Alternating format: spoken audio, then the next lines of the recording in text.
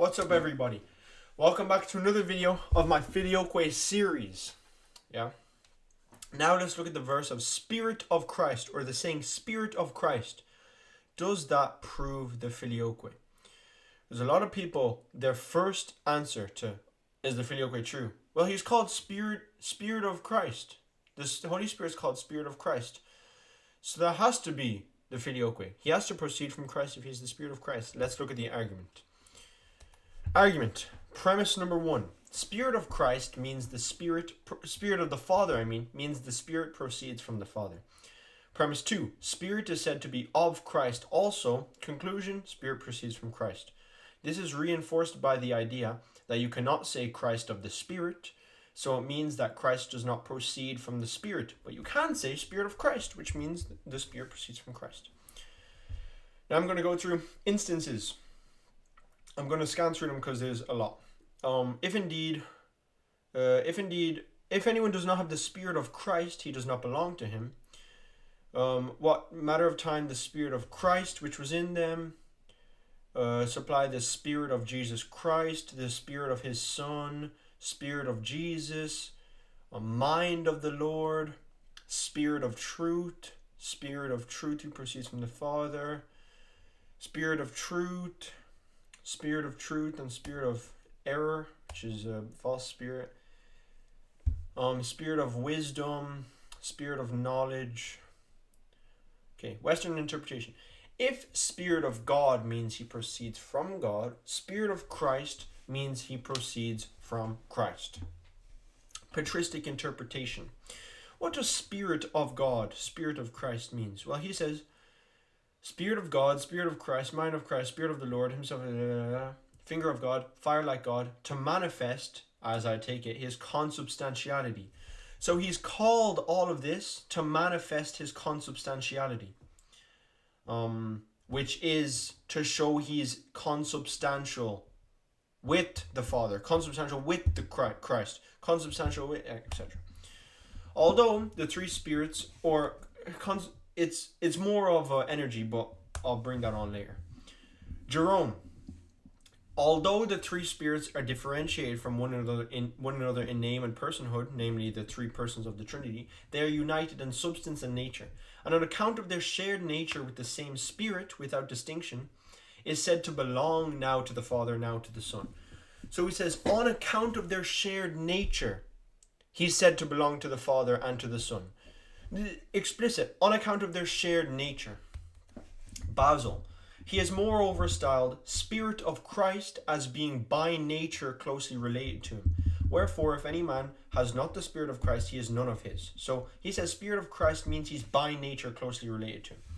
Didymus the Blind. This demonstrates most clearly that the Holy Spirit is inseparable from Christ, because wherever the Holy Spirit is, there also is Christ.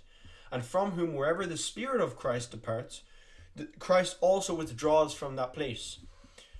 So he explains how the Spirit is inseparable from Christ because his operations are inseparable. Wherever Christ is, the Spirit is. Whatever Christ does, the Spirit does. So that's 4 huge people in the early church: Nazianzus the theologian, Jerome, Saint Basil the Great, and Didymus the Blind. I think that's 3 doctors of the church. I don't know if Jerome's a doctor too. Okay. But there's a problem. If Spirit of Christ just means consubstantiality, as these 4 patristic guys say, well then, if it just means consubstantiality with no real relation or no real hierarchy of relation, then why can't I say Christ of the Spirit? Because if I'm just saying of Christ means Spirit is consubstantial with Christ, why can't I say Christ is consubstantial with the Spirit? Because if there's no hierarchy? Well, then we also need to take into account, why can I say Father of the Son and Son of the Father? I would say because paternity is defined by sonship. To be a father, you have to have a son, and to be a son, you have to have a father, vice versa. So, clarification, what does consubstantial even mean? So, if they say, okay, it means consubstantiality, closely related by nature, shared nature, consubstantiality, or inseparability by operations. So let's analyze, what does consubstantial even mean for every church father? What does it mean for the Son to be consubstantial with the Spirit, vice versa? Patristics. I'm going to quote a few patristics. Bear in mind, this is not exhaustive, but is clear consensus. Nyssa are not three gods. Gregory of Nyssa is asked how they are one God if they are three persons, because three humans share one essence, but are called three humans, not one human, because human is just another way of saying human nature. But in the Trinity, it is because Godhead is indicative of operation and not nature. And since the Trinity share in one operation, they are one God. So for Nyssa, to prove their consubstantiality, he proves their unified operation because Godhead is an operation. So he says consubstantiality is directly related, if not defined, by unity of operation, epistemologically. Basil the Great, in every operation the Spirit is closely conjoined with and inseparable from the Father and the Son. And he was inseparably with him while working his wonderful works. For it is said, I by the Spirit of God cast out devils. So he's inseparable from the Spirit on account of his works, because he's inseparable in every operation, according to St. Basil the Great. You have Ambrose. The Godhead of the same Spirit cannot be denied, since his operation is the same as that of the Father and of the Son. And also the Spirit, when he hears and glorifies the Son in the sense that he revealed him to the prophets and apostles, by which the unity of operation of the three persons is inferred, and the Spirit does the same works as the Father, the substance of each is also declared to be the same. They're unified because they have unity of works. So, this was only three fathers, but there's a clear consensus. I doubt anyone would deny that. So, if consubstantiality actually just means they're unified in operation because unity in operation proves consubstantiality, well then there's a new way to look at Spirit of Christ. Instead of pure consubstantiality, meaning they share nature, we can look at it through the lens of shared operation, which is that the Spirit is also called mind of Christ. Yeah, and this lets us look deeper, because Spirit of Christ, we don't really know what that. We don't have any like real world examples to Spirit of Christ, but mind of Christ, we have minds. We can say mind of me, or we can say mind of Tim. Mind of Tim. Let's analyze. Does that mean the mind takes its existence from Tim, or does it mean that, or does mind of Tim more so refer to the fact that the mind is the actualization of the actions of Tim? So through the mind, Tim acts. Because mind of Christ, I don't think anybody will go to prove the mind takes its existence from Tim by saying, hey look, mind of Tim. Right, a mind of Tim primarily will denote energy, primarily will denote the shared operation. So let me keep going. Mind of Christ doesn't denote the origin, but rather the operation. And it denotes consubstantiality because of the shared operation. Let's look deeper into mind of Christ. Does mind of Christ mean the mind takes its being from Christ? Or does it mean the mind is the means by which Christ acts? Obviously, mind of Christ means the means by which Christ acts. And if Christ acts by and in the Spirit, he shares the same operation with the Spirit. If he shares the same operation with the Spirit, he shares the same nature with the Spirit. So mind of Christ necessarily proves his consubstantiality, because consubstantiality with the Son, not because of consubstantiality in itself, it's because of shared operation. If the Spirit is the means by which Christ acts, he shares operation, therefore he shares nature, as we showed in the Church Fathers. So Spirit of Christ, let's use the same idea. Follow Basil, Gregory, Jerome, and Didymus's interpretation of Spirit of Christ. It denotes operation, meaning the Spirit of Christ shows how the Spirit is the unction or energy of Christ rather than how he takes his existence from him. Because they explicitly say it means consubstantiality. But then the answer to the objection, why can't you just reverse it, why isn't it reciprocal, is because of operation. You can say the Spirit is the energy of Christ. You can't say Christ is the energy of the Spirit, because Spirit of Christ will mainly denote energy, energeia, instead of merely consubstantiality. Energeia, which leads to consubstantiality. If you have shared operation, you have shared nature. And let's reinforce this by patristic passages, the Spirit being the energy of Christ, the means by which Christ acts. We got Gregory of Nyssa. First one is Athanasius. As the Son, the living Word, is one, so must the vital activity and gift whereby he sanctifies and enlightens, be one perfect and complete. So he calls the Spirit, in context, you can just read the letter, the vital activity and gift of the Son. That's clear language. Gregory of Nyssa in the Great Catechism, he says, the like doctrine we have received as to God's Spirit. We regard it as that which goes with the Word and manifests its energy. So the Spirit manifests the Son's energies. And not as a mere effluence of the breath, so not as a mere activity, but we conceive it as essential power, regarded as self-centered in its own person, yet equally incapable of being separated from God in whom it is, or from the Word from whom it accompanies. So he's explaining now, the Spirit is the essential power of Christ. Essential power of Christ. But it's not just a power because he's centered in his own proper person. He's self-centered. So the Spirit, being from Christ, is the energy of Christ, because he's the means by which Christ acts. Since he manifests Christ's energies, he is called the energy of Christ. Just think about it. The Son has goodness, but how can the Son manifest his goodness unto creation? Well, obviously, it's through his energy, through the Spirit. Who the Spirit, as Cyril of Alexandria says, and I'll show it in the next one. I'll put it up here so you can read on as I'm saying it. The Spirit carries in him all the energies of the Father and the Son. And in that sense, he is the energy of the Son, energy of the Holy Trinity. So he bestows the energies or the operations of the Father and the Son onto creation. And in this sense, he is consubstantial because he is united in operation, because he is the energy of the Father and the Son. Let's read 0. Therefore, since the Spirit replenishes the coming of the Father and likewise of the Son, how can it not be evident that he is not separated from the divine essence, but is emitted from it, being the divine essence, by nature, having in himself all the energy of the Father and of the Son? So this is explicitly what Cyril said, what I said 2 seconds ago, that the Spirit is from the divine nature in the sense that Gregory Nyssa said it's an essential power regarded as self-centered in its own person, because he manifests the energies of the Father and the Son. And because he manifests the energies of the Father and the Son, he has to have unified energy. His energy has to be the same energy as the Father and the Son because he's manifesting it. And so he has he is a united nature because he has united operation. So if the Spirit fulfills with power what God has promised to do and raises up shepherds according to the promise made through the prophets, it means he is not alien to the divine essence. So the Spirit is not alien to divine essence. Why? But as a natural and essential hypostatic action proceeding from it and abiding in it accomplishes all God's works. That's as clear as it can get. Why is the Spirit not alien to the divine essence? Why is he consubstantial?